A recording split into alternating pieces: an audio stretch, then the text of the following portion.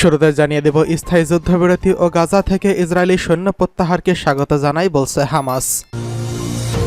জানিয়ে দেব গাজা যুদ্ধ বন্ধ করার ব্যাপারে ইসরায়েল পূর্ণাঙ্গ প্রস্তাব দিয়েছে বলছে বাইডেন। এছাড়া রয়েছে জাতিসংঘে ইরানের শহীদ প্রেসিডেন্টকে সম্মান প্রদর্শন। জানিয়ে দেব ইসরায়েলকে সামরিকভাবে জবাব দেওয়ার হুঁশিয়ারি মিশরের। সর্বশেষ জানিয়ে দেব চীন হংকংয়ের একাধিক কর্মকর্তার উপর যুক্তরাষ্ট্রের ভিসা নিষেধাজ্ঞা। স্থায়ী যুদ্ধবিরতি ও গাজা থেকে ইসরায়েলি সেনা প্রত্যাহারকে স্বাগত জানাই বলছে হামাস। মার্কিন প্রেসিডেন্ট জো বাইডেন গাজা উপত্যকায় যুদ্ধ বন্ধ করার ব্যাপারে যে বক্তব্য দিয়েছেন সেই সম্পর্কে প্রতিক্রিয়া জানিয়েছে ইসলামের প্রতিরোধ আন্দোলন হামাস। সংগঠন বলেছে স্থায়ীভাবে যুদ্ধ বন্ধ করে গাজা উপত্যকা থেকে ইহুদিবাদী সেনা পুরোপুরি প্রত্যাহার করে নেওয়ার জন্য যে পরিকল্পনা করেছে সেই পরিকল্পনা হামাস স্বাগত জানায়।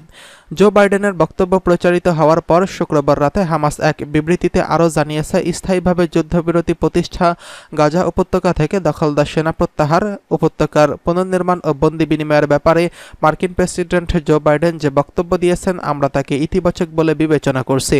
বিবৃতিতে বলা হয়েছে আমেরিকার এই অবস্থান ও আঞ্চলিক ও আন্তর্জাতিক অঙ্গনে গাজা যুদ্ধ বন্ধ করার যেই জোরালো দাবি উঠেছে তা সম্ভব হয়েছে ফিলিস্তিনি জনগণ ও প্রতিরোধ শক্তির অবিচল অবস্থান ও অটল সংগ্রামের ফল হিসেবে।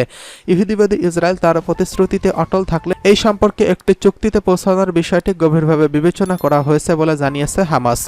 ইহুদিবাদী ইসরায়েল প্রায় ৮ মাস ধরে গাজা উপত্যকার উপর ভয়াবহ আগ্রাসন ও গণহত্যা চালিয়ে যাচ্ছে এবং ফিলিস্তিনের বেসামরিক নাগরিকদের হত্যা ও উপত্যকাকে ধ্বংসস্তূপে পরিণত করা ছাড়া ঘোষিত কোনো লক্ষ্য অর্জন করতে পারেনি।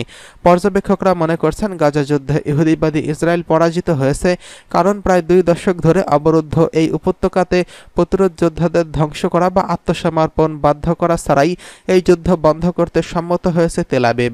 গাজা যুদ্ধ বন্ধ করার ব্যাপারে ইসরায়েল পূর্ণাঙ্গ প্রস্তাব দিয়েছে বলছে বাইডেন। মার্কিন প্রেসিডেন্ট জো বাইডেন বলেছেন গাজায় যুদ্ধবিরতি প্রতিষ্ঠা করার ব্যাপারে ইসরায়েল নতুন করে একটি প্রস্তাব দিয়েছেন। এই প্রস্তাবটি কাতারের মাধ্যমে হামাসের কাছে পৌঁছে দেওয়া হয়েছে। তিনি গতকাল এক গুরুত্বপূর্ণ ভাষণে এই তথ্য জানিয়েছেন।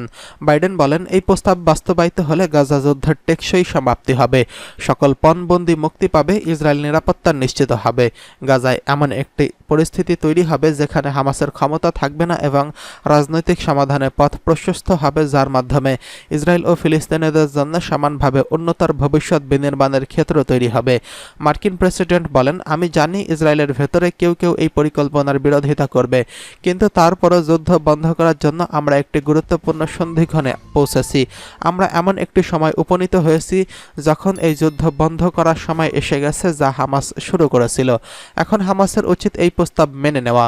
বাইডেন এমন সময় এই বক্তব্য দিলেন যখন গাজা যুদ্ধ বন্ধ ও ইসরায়েলি পণবন্দীদের মুক্ত করার লক্ষ্যে কাতার, মিশর ও আমেরিকার মধ্যস্থতায় হামাস ও ইসরায়েলের মধ্যকার কয়েক দফা আলোচনার জন্য এই পর্যন্ত কোনো ফল পাওয়া যায়নি। মার্কিন প্রেসিডেন্ট তার ভাষণে ইসরায়েলের কথিত প্রস্তাব সম্পর্কে বিস্তারিত তুলে ধরেন। এই পরিকল্পনা 3 ধাপে বাস্তবায়িত হবে। প্রথম ধাপে 6 সপ্তাহের জন্য যুদ্ধ বন্ধ থাকবে।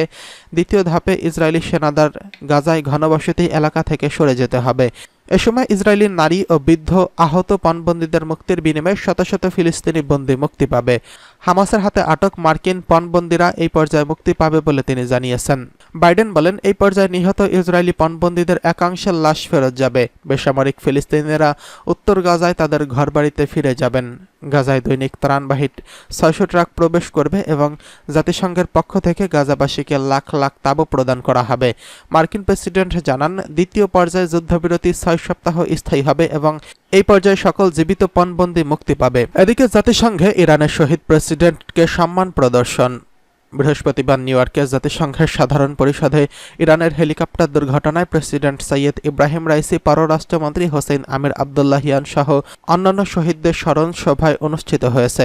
বিশ্বের বিভিন্ন দেশের প্রতিনিধি এবং জাতিসংঘের মহাসচিব অ্যান্তোনিও গুতেরেস এদের উপস্থিতিতে অনুষ্ঠানে অংশগ্রহণকারীরা ইরানের শহীদদের প্রতি শ্রদ্ধা জানিয়ে 1 মিনিট নীরবতা পালন করেন। জাতিসংঘের সাধারণ পরিষদের সভাপতি ডেনিস ফ্রান্সিস এই অনুষ্ঠানে বলেছেন, প্রেসিডেন্ট সৈয়দ ইব্রাহিম রাইসির স্মৃতির প্রতি শ্রদ্ধা জানানো আমার কর্তব্য, যিনি 19 মে হেলিকপ্টার দুর্ঘটনায় মারা গেছেন।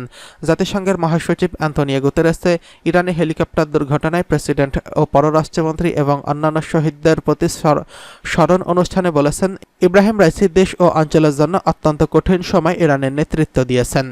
এছাড়া জোট নিরপেক্ষ আন্দোলনের দেশগুলোর প্রতিনিধিরা এই অনুষ্ঠানে ইরানের সরকার ও জনগণের প্রতি তাদের সহানুভূতি প্রকাশ করেছেন এবং বলেছেন, ইরানের শহীদ প্রেসিডেন্ট ও পররাষ্ট্রমন্ত্রী জোট নিরপেক্ষ আন্দোলনের দেশগুলোর সঙ্গে সহযোগিতা জোরদার করার ক্ষেত্রে কার্যকর ভূমিকা পালন করেছিলেন। জাতিসংঘে আফ্রিকান দেশগুলোর গ্রুপ ইরানের সরকার ও জাতির প্রতি তাদের সহানুভূতি প্রকাশ করেছে এবং ঘোষণা করেছে যে রাইসি ও আমির আবদুল্লাহিয়ান ও ইরান আফ্রিকার দেশগুলোর মধ্যে সম্পর্ক জোরদার করতে এবং দেশগুলোর মধ্যে সহযোগিতা ও বোঝাপড়া জোরদারে গুরুত্বপূর্ণ ভূমিকা পালন করতে। এদিকে ইসরায়েলকে সামরিকভাবে জবাব দেওয়ার হুঁশিয়ারি মিশরের। ফিলিস্তিনের অবরুদ্ধ গাজা উপত্যকা সীমান্তবর্তী একটি স্পর্শকাতর করিডোরে ইসরায়েলের সেনারা দখল করার পর সামরিকভাবে জবাব দেওয়ার হুমকি দিয়েছে মিশর।